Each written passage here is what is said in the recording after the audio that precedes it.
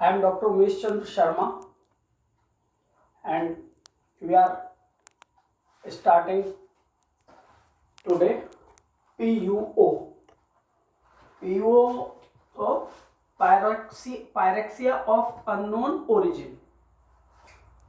तो अब यहाँ पे देख रहे हैं पायरेक्सिया क्या है. पायरेक्सिया है फीवर.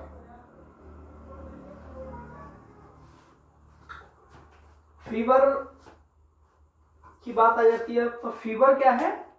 कोई भी ऐसी कंडीशन जिसमें टेम्परेचर बॉडी का 37 डिग्री सेंटीग्रेड से एबव हो या 98.6 डिग्री फ़ारेनहाइट से एबव हो, तो उस कंडीशन को हम फीवर कह सकते हैं. अच्छा, फीवर की सिंपल बात के बाद अब बात आ जाती है कि पीयूओ कौन सा फीवर हो गया फिर. तो पीयूओ में जो कंडीशंस हम लेंगे उसमें पहली कंडीशन है बॉडी टेम्परेचर.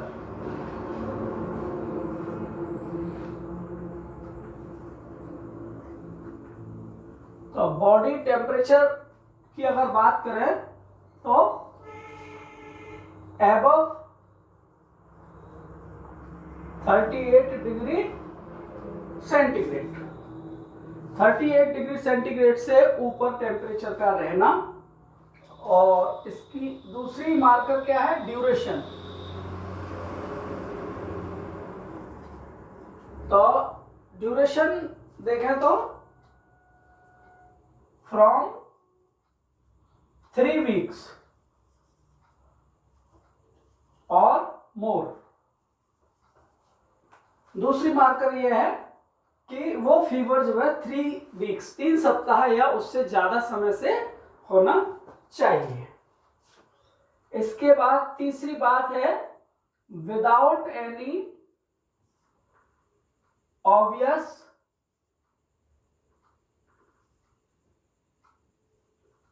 कॉज, जिसका कोई डायरेक्ट कारण हमको ज्ञात नहीं है. और चौथी मार्कर है इसकी failure to reach a diagnosis, जिसमें हम अभी तक डायरेक्टली किसी डायग्नोसिस पे नहीं पहुंचे हैं. तो ये 4 कारण, body temperature above 38 degree centigrade, duration from 3 weeks और मोर, और विदाउट एनी ऑब्वियस कॉज, और failure to reach a diagnosis. ये 4 बातें अगर हमें मिल रही हैं तो हम कह सकते हैं कि पायरेक्सिया ऑफ अननोन ओरिजिन की कंडीशन है. अब इसमें फर्दर आगे देखते हैं.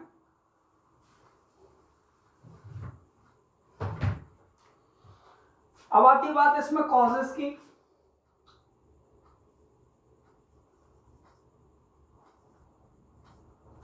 तो कॉजेस की अगर हम बात करते हैं तो बहुत सारे कॉज हो सकते हैं. तो इसमें एक कॉज हो सकता है हमारा इन्फेक्शन.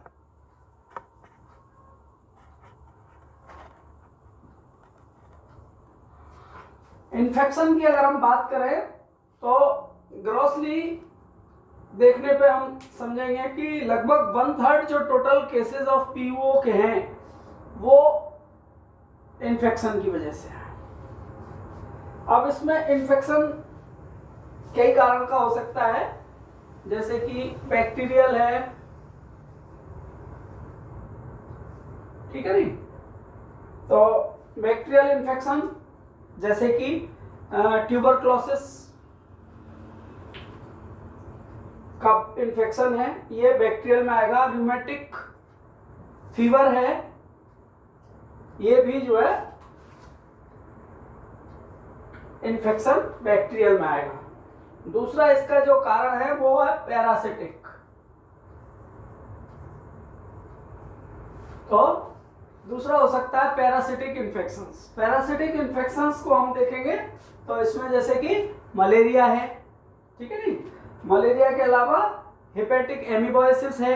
ये सारी जो कंडीशंस हैं ये जो है पैरासिटिक इन्फेक्शन में आएंगी। तीसरा जो इसका बनता है वो है वायरल कॉज। वायरल इन्फेक्शन भी एक कारण हो सकता है हमारे पीयूओ का। तो वायरल इन्फेक्शन में कौन सी चीजें आएंगी, जैसे हेपेटाइटिस ए वायरस है, हेपेटाइटिस बी वायरस है, एचआईवी वायरल इन्फेक्शन है।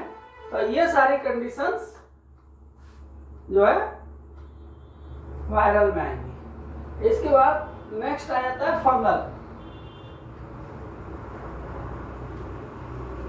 तो फंगल में अगर हम देखेंगे तो बहुत सारी डिसीजेस हैं। हिस्टोप्लाज्मोसिस है नहीं,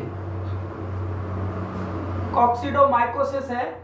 तो ये जो है फंगल इन्फेक्शंस में हमारी आएंगी। इसके बाद दूसरी अगर हम देखें तो दूसरी वैरायटी आती है नियोप्लाज्म।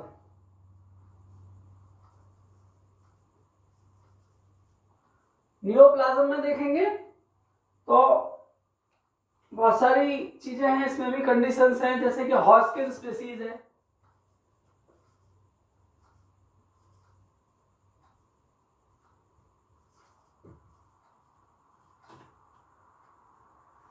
तो हॉस्किन्स डिसीज इसमें जो है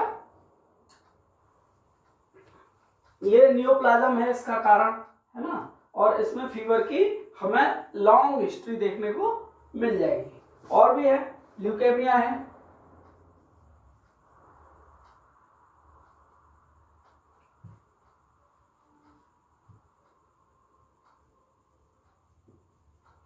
ठीक है नहीं, तो ल्यूकेमिया है और डिसेमिनेटेड मैलिग्नेंसीज हैं।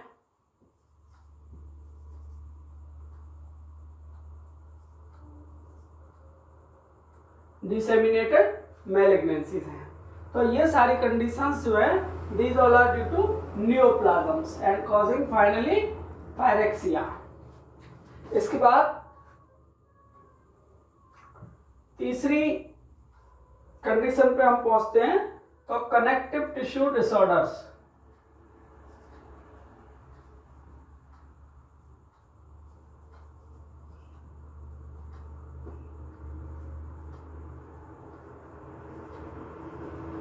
कनेक्टिव टिश्यू डिसऑर्डर्स की बात करेंगे तो इसमें हमें SLE मिल जाएगा। और SLE क्या है, सिस्टेमिक ल्यूपस इरिथेमेटस। इसके अलावा है पॉलीआर्थराइटिस नोडोसा, ठीक है कि नहीं, तो पॉलीआर्थराइटिस नोडोसा। ये सारी कंडीशंस जो है कनेक्टिव टिश्यूज के हैं और ये भी जो है पीयूओ को कॉज करती है। इसके बाद नेक्स्ट जो कंडीशन बनती है वो बनती है ग्रेन्युलोमेटस डिसीजेस। तो ये आ जाता है हमारा फोर्थ में, ग्रेन्युलोमेटस डिसीजेस। ग्रेन्युलोमेटस डिसीजेस में क्या है, जैसे कि सार्कोइडोसिस है, सार्कोइडोसिस। इसके अलावा है क्रोन्स डिसीज,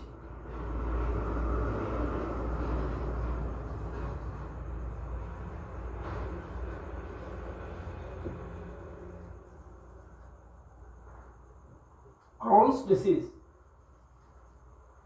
ठीक है नहीं। तो ये हमें ग्रेन्युलोमेटस डिसीज या डिसऑर्डर्स के लिए ये पीओ का एक कारण बन जाता है। इसके बाद है ड्रग रिएक्शंस।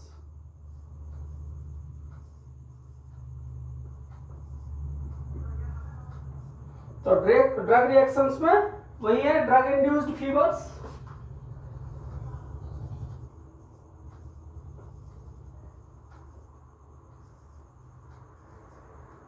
तो ड्रग इंड्यूस्ड फीवर, ये जो है ड्रग रिएक्शन। इस तरह से हम देखेंगे तो पीओ के लिए 5 कारण हमारे बन करके आ रहे हैं।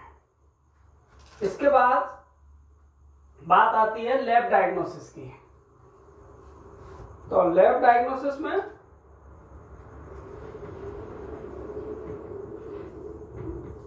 लैब डायग्नोसिस को देखेंगे तो अलग अलग काफी तरह के हम डायग्नोसिस पे पहुंचने के लिए बहुत सारे टेस्ट कर सकते हैं। तो जैसे कि हम बैक्टीरियल इन्फेक्शंस के लिए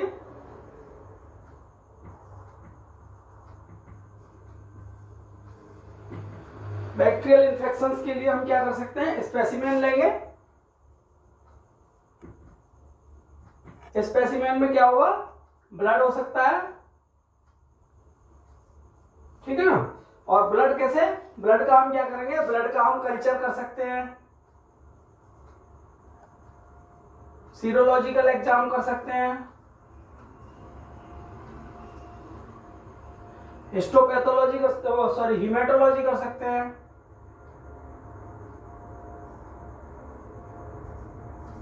हीमेटोलॉजिकल एग्जाम, ठीक है नी। और पेरिफेरल ब्लड स्मीयर कर सकते हैं, ठीक है ना। इतनी तरह से हम जो है बैक्टीरियल इन्फेक्शंस में हम जो है डायग्नोसिस पे पहुंच सकते हैं। इसके अलावा स्पेसिमेन के बाद कलेक्शन की बात आती है। तो जो हम कलेक्शन करेंगे सैंपल का, वो जो है बिफोर एंटीमाइक्रोबियल थेरेपी हमको करना चाहिए, ठीक है। इसके बाद जो आती है कंडीशन क्या आ रही है निकल करके, आइडेंटिफिकेशन।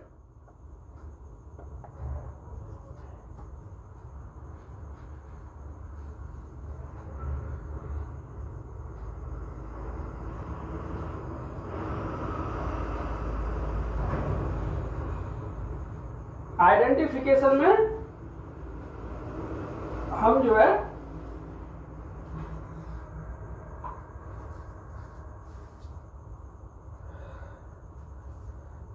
कई तरह से काम कर सकते हैं।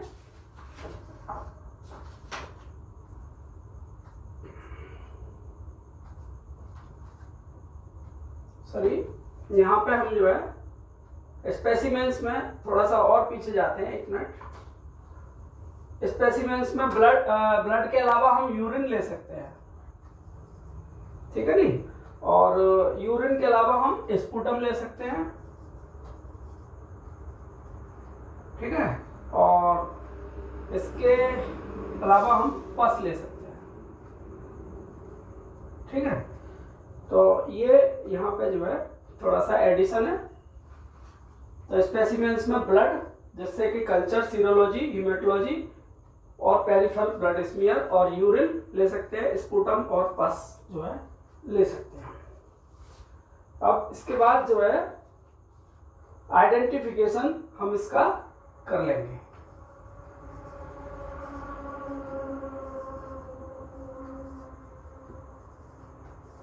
आइडेंटिफिकेशन कर लेंगे, ठीक है ना। आइडेंटिफिकेशन के बाद जो है हमारा नेक्स्ट बात आती है, हम इसका जो है बैक्टीरियल इन्फेक्शन में इस तरह से सीरोलॉजी भी कर सकते हैं, ये हमने बताई दिया आपको पहले से। इसके बाद जो है बैक्टीरियल से जब हम आगे चलेंगे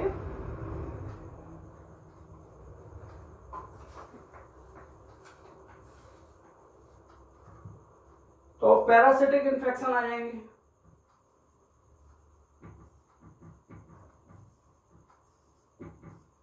पैरासिटिक इन्फेक्शंस में हम जो है स्टेन्ड पेरिफेरल ब्लड स्मीयर,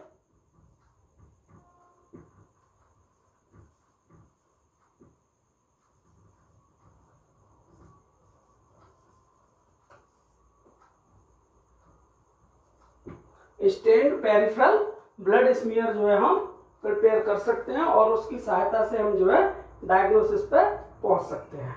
और इसमें हम जो है थिन और थिक दोनों तरह की स्लाइड प्रिपेयर करेंगे। और ये हमारी जो है मलेरिया है, फाइलेरिया है, ये सारी चीज़ों में हमारी जो है ये कारगर होगी। लेशमेनिया में भी इसको हम यूज कर सकते हैं। इसके बाद आ जाता है तीसरा वायरल इन्फेक्शंस के लिए। वायरल इन्फेक्शंस में पेरिफेरल ब्लड स्मीयर हम तैयार कर सकते हैं और ये हमारी कारगर होगी मोनोन्यूक्लियोसिस को डायग्नोस करने के लिए, ठीक है जी। इसके अलावा हम इसमें टिश्यू कल्चर कर सकते हैं।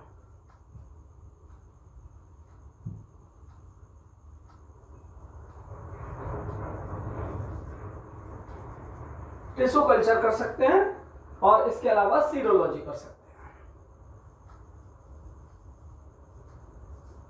इतने तरह से हम इसको वायरल इन्फेक्शन को जो है डायग्नोस कर सकते हैं। इसके बाद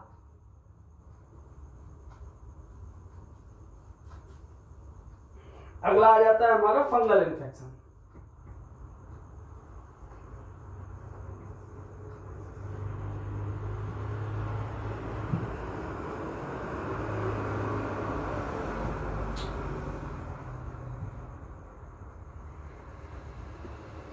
फंगल इन्फेक्शन, इसमें हम जो है एसडीए कल्चर कर सकते हैं और फंगल डिसीजेस को डायग्नोस कर सकते हैं। इसके बाद आता है हमारा अदर टेस्ट।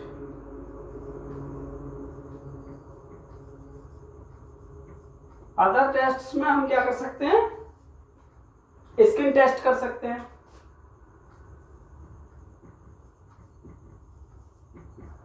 है नहीं। तो स्किन टेस्ट में जैसे मॉन्टू टेस्ट कर सकते हैं,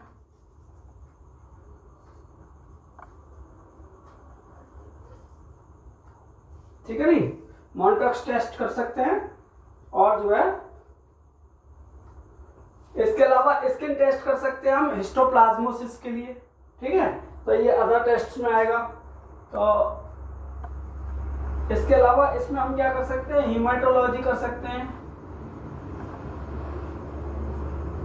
हीमेटोलॉजी में डीएलसी, टीएलसी, ये जो है हम कर सकते हैं।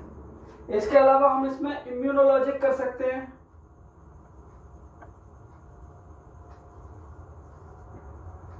और इम्यूनोलॉजिक एग्जाम करेंगे तो इसमें जो है हम एली सेल फिनोमेना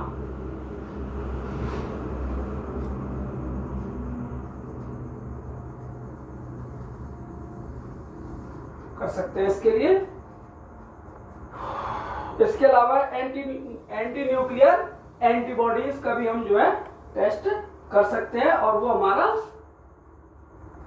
एसएलई के लिए डायग्नोस करने के लिए सफिशिएंट होगा। इसके अलावा हम इसमें बायोप्सी कर सकते हैं, ठीक है नहीं। बायोप्सी में बायोप्सी ऑफ लिम्फ नोड्स हम यहाँ पे कर सकते हैं। So this is all about PU. यदि आपको पसंद आए तो आप इसको जो है लाइक कर सकते हैं, शेयर कर सकते हैं।